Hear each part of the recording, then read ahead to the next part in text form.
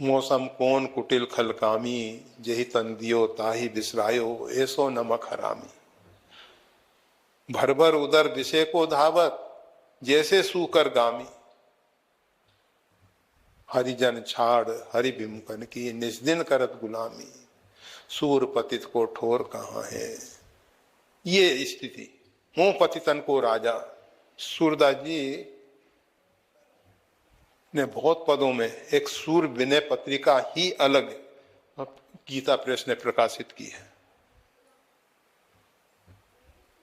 सूरदास जी ने पहले उनकी स्थिति ये थी, इतनी आत्मग्लानि हुई और इस प्रकार के पदों की बहुत रचना की। तब गुरु वल्लभाचार्य जी महाराज ने कहा कि ये क्या भगवान के सामने गिड़गिड़ाते रहते हो, अपनी व्यथा सुनाते रहते हो। भगवान अंतर्यामी सर्वज्ञ हैं, वो सब जानते हैं। क्या छिपा है उनसे, क्या छिपा सकते हैं हम उनसे? वो सर्वज्ञ हैं। कहा फिर गुरुदेव आज्ञा दीजिए, कहा कि भगवान की लीलाओं का गान करो। फिर उन्होंने भगवान की लीलाओं का गान किया है। पर पहले गिलानी होती है, तो बिन रोए किन पाइयां।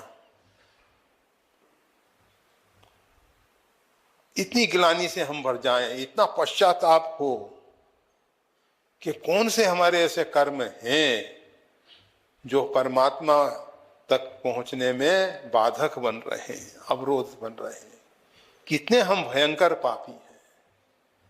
आज भगवान का नाम लेने पर, गंगा में स्नान करने पर, सत्संग रूपी गंगा में स्नान करने पर, कितने प्रयागराज स्नान करने पर, कितने कुंभ मेलों के पर्वों पर स्नान करने पर, फिर भी हम नहीं सुधर रहे हैं।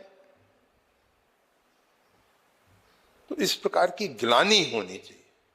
तो वो विषय में कबीर साहब कहते हैं, बिन रोए किन पाइयां। प्रेम प्यारा मीत, आंसुअन जल सींच सींच प्रेम बोली बोई। और प्रेम तो आह्लादित करने वाला है, परंतु केवल आह्लादित नहीं, स्तब्धो भवति।